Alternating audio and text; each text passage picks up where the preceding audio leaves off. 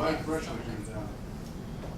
Freshway made an independent business evaluation of the neighborhood and the different ingredients in terms of what the city was willing to contribute and what their other market opportunities were, and they determined that the financial risks and the other risks associated with opening in Highland Square were not ones that they wanted to take at that time. That include the cost per square foot of rent? Rent was actually, as we've talked about in past forums, rent is kind of Albrecht Incorporated was in the initial discussion phases, and there were projections done based on a rent per square foot number, but there were not, Freshway didn't come back and say, no, if you make it X, I'll do it.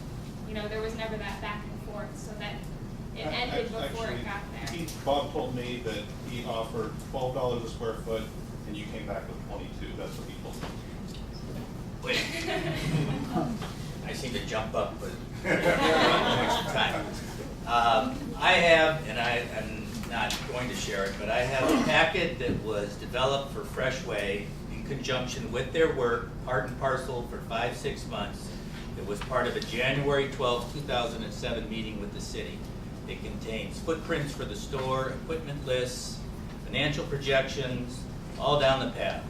Nowhere in this document, if I were to give it to you, will you find $22 a square foot. What you will find is $11 a square foot, all right, for a grocery store, which if you look, it becomes kind of, I forget the word, but as the smaller you build a grocery store with all the components that you would understand that you need in it, your cost per square foot becomes exorbitant. So it's kind of a coterminous type transaction or calculation where you need to build it bigger to get an economy of scale. Think of all the refrigeration, the coolers, the freezers, the checkout counters, the lighting, all of that takes electrical and refrigeration and an investment by somebody, whether it's 6,400, 10,000, 20, or 75,000 square feet. Obviously, it's exponential in terms of the size of the store, but you can't eliminate some things no matter whether you're going to do a 6,400 or a 10 or a 20,000 square foot store.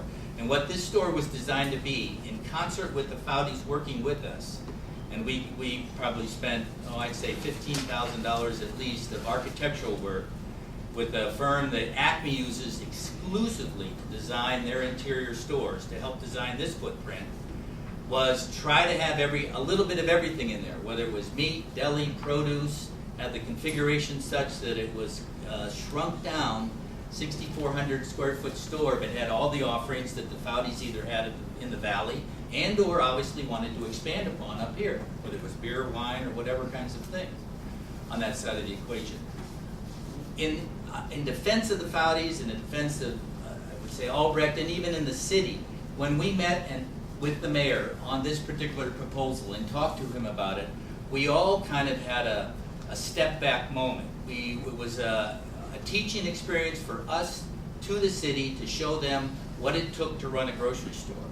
Understandably, the mayor and really some of his staff, they aren't responsible or expected to know how to run a grocery store. So incumbent upon us was to help teach them through this process what it took to run a grocery store, the financial commitment it took in terms of a community-oriented design footprint that we thought hopefully would work.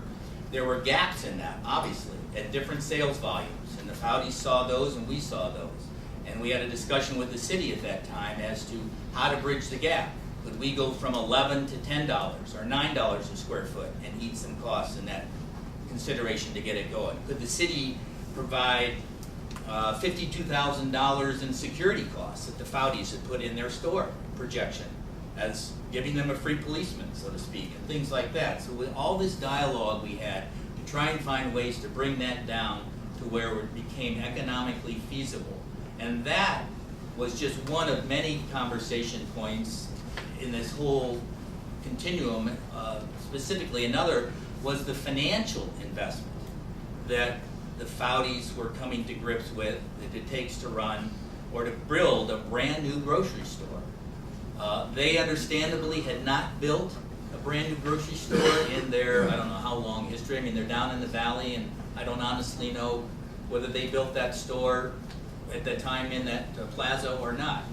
But so it was an education to them too as to what does it take to buy refrigeration equipment, cases, all that kind of stuff to put in a store, and for them to venture out and make their second store 50% greater than their existing would be, but just what kind of financial commitment from equipment, inventory, and startup costs for working capital would that take.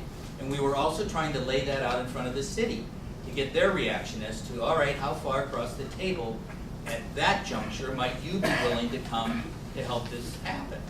And I think all of us at that time had a moment of step back, so to speak. The mayor, in his defense and to his credit, needed time to absorb the realities of a grocery store and the gaps that were there. The Foudies needed to come to grips with, gee, a 6,400 square foot store, would a 10,000 square foot store be better or not? And we were trying to do our part in conjunction with the original development agreement in trying to build, so to speak, or help build eventually a 6,400 foot footprint store on that triangle, which was what all parties agreed to in the joint development agreement. To try that type of approach, exhaust all remedies before anybody said it won't work, or you should have known it won't work, or anything. We weren't of that mindset, to be quite candid. We were very interested in exploring, would this work? Because again, as I said earlier, we didn't run, Acme doesn't run, and have therefore very much experience in 6,400 square foot grocery store formats and what it takes for an operator to run it. So that document is the plan that you drew up just like at the beginning, it wasn't like a final agreement or anything? No, it wasn't a final agreement. He said the numbers came back higher at the end, and they were talking about at the beginning, but I guess, I don't know why the numbers don't match up, I'm just repeating numbers that only cut.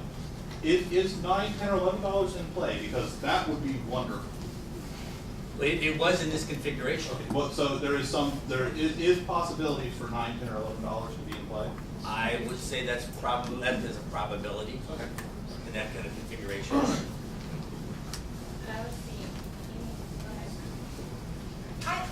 Go ahead.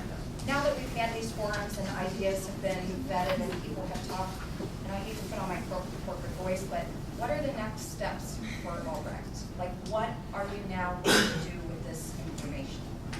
Well, the search continues for a grocery operator, and a lot of ideas have been generated. We've got people interested in a co-op format. We've had Joe, my brother, has met with a lot of people who had different kinds of business models, and people are definitely coming out and saying, hey, let's try this, let's try that. And so the next step is to explore those and to continue to talk with grocery operators. And potentially to explore this other kind of small business incubator type concept and see, or at least to gauge interest in that kind of idea from the community.